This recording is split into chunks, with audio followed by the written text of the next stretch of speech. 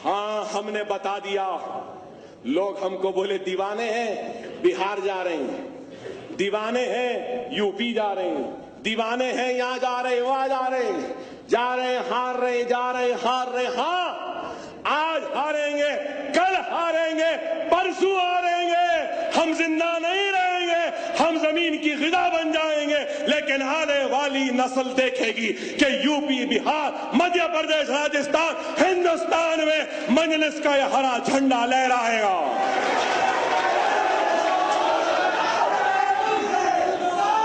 अच्छा कपड़ा बहुत पहना, अच्छे जूते बहुत पहना, अच्छी गाड़ियों में बहुत फेरा, अच्छी घड़ियां बहुत पहना, बहुत शान और शौकत की जिंदगी जी ली मैंने।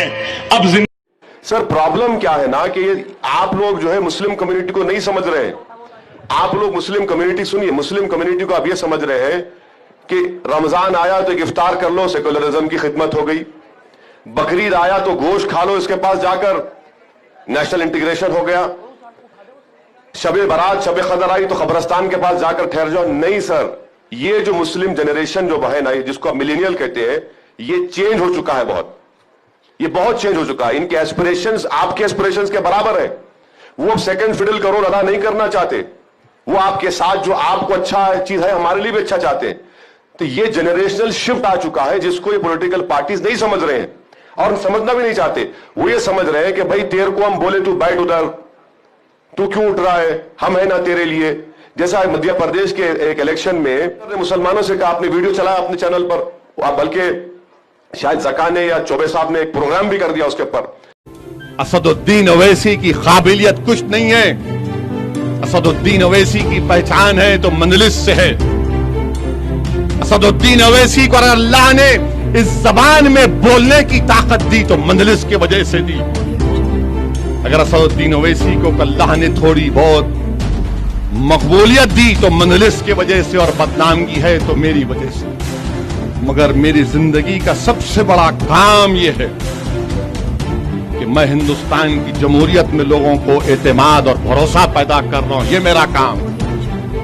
हम जमहूरियत में एतमाद और भरोसा पैदा कर रहे हैं। मुल्क की खिदमत करना है तो जमहूरियत को मजबूत करना है। हिंदुस्तान के मुसलमानों में, दलितों में, कमजोरों में, गरीबों में इस बात का पैगाम देना है कि जमहूरियत को मजबूत करो और अपने लिए इंसाफ हासिल करो। ये काम मजलिस इत्तेहादुल मुस्लिमीन कर रही है। इन्हें से लगता डॉक्टर कफील के ऊपर डॉक्टर है और इन्हें से लग जाता है मुबारक हो, मुबारक हो, तुम इंसाफ कर रहे हो, तुम इंसाफ कर रहे हो, हम देख रहे हैं। मगर खुदा की कसम हम नहीं भूलेंगे इसको। तुम्हारा इंसाफ, तुम्हारा जुल्म हम नहीं भूलेंगे। हम इसको याद रखेंगे। एक डॉक्टर है तो उसके ऊपर एनएसए, और एक उत्तर प्रदेश का चीफ मिनिस्टर है जो कहता है गोली मारो, बिरयानी मत दो। और एक मिनिस्टर है मोदी की कैबिनेट का जिसका नाम अनुराग ठाकुर है, वो कहता है कि देश के गद्दारों को गोली मारो। उनके ऊपर कुछ नहीं, कोई केस नहीं।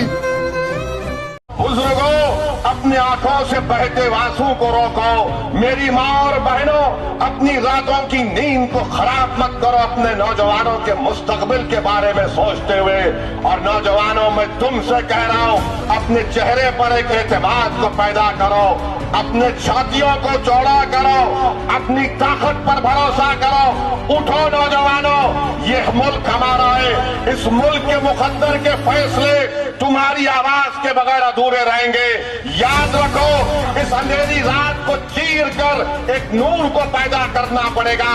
वो कब होगा? जब तुम इत्तेहाद को पूरी तरह समझोगे। क्यों मजलिस कहती है इत्तेहाद, इत्तेहाद? इसलिए कहती है कि इत्तेहाद एक ताकत है। जब ताकत का तुमको अंदाजा हो जाएगा, उस ताकत के एतमाद पर तुम कई चीजें हासिल कर सकते हो। ये पैगाम मजलिस हमेशा देती आई है।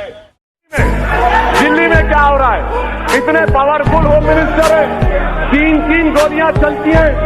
ये लॉ एंड ऑर्डर है आपका? कैपिटल ऑफ द कंट्री में 3-3 गोलियां चलती हैं। गोली मारो देश के गद्दारों को, मारो मुझे, कहां मारते मारो, बताओ, मारो मुझे, हिम्मत है तुमको, मारो मुझे, मैं मरने तैयार हूं।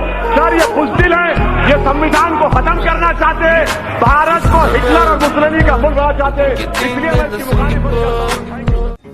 देखिए, जैसी भाषा इन्होंने इस्तेमाल की औकात और हैसियत वाली, मैं सबसे पहले तो इस पे आपत्ति दर्ज करता हूं और इनको चाहिए कि अपने अल्फाज वापस लें, क्योंकि ये राज्यसभा सांसद है और अगर ये अपने अल्फाज वापस नहीं लेंगे तो इनको यकीन दिला दीजिए कि इनसे ज्यादा खराब भाषा और खराब जबान मैं इस्तेमाल कर सकता हूं इनके खिलाफ, क्योंकि जैसी भाषा में सवाल करेंगे उससे बेहतरीन भाषा में जवाब दिया जाएगा। एक थप्पड़ का जवाब 4 थप्पड़ से देने की ताकत रखते हैं MIM वाले। तो जो भाषा का इस्तेमाल इन्होंने किया हैसियत और औकात का, ये वापस ले लें अगर ये शरीफ इंसान है।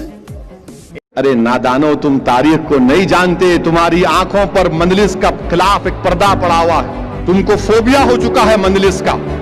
तुम इतनी मोहब्बत अपने घर वालों से करो जितनी मोहब्बत मुझसे कर रहे, फायदा हो जाएगा। हम जाएंगे, मेहनत करेंगे, जुस्तजू करेंगे, ये हमारी सियासी जमात है मेरे भाई, और मुझे पूरा यकीन है कि अल्लाह जो मुझे सोच और फिक्र दिया, ना तुम मेरी जबान का मुकाबला करोगे अल्लाह के करम से, ना तुम मेरी सोच का मुकाबला कर सकोगे, ना तुम मेरी मेहनत का मुकाबला कर सकोगे इंशाअल्लाह, ना तुम मेरे पैदल दौरों का मुकाबला कर सकोगे। अरे पैदल दौरे तुम क्या करोगे, 10 मिनट में तुम बेहोश हो जाएंगे। ये हमारी जिम्मेदारी है, यही तो हमारा काम है, अवाम की खिदमत करना मेरा काम है, जमात को मजबूत करना मेरी जिंदगी है, मेरी जिम्मेदारी है, और मैं करता रहूंगा।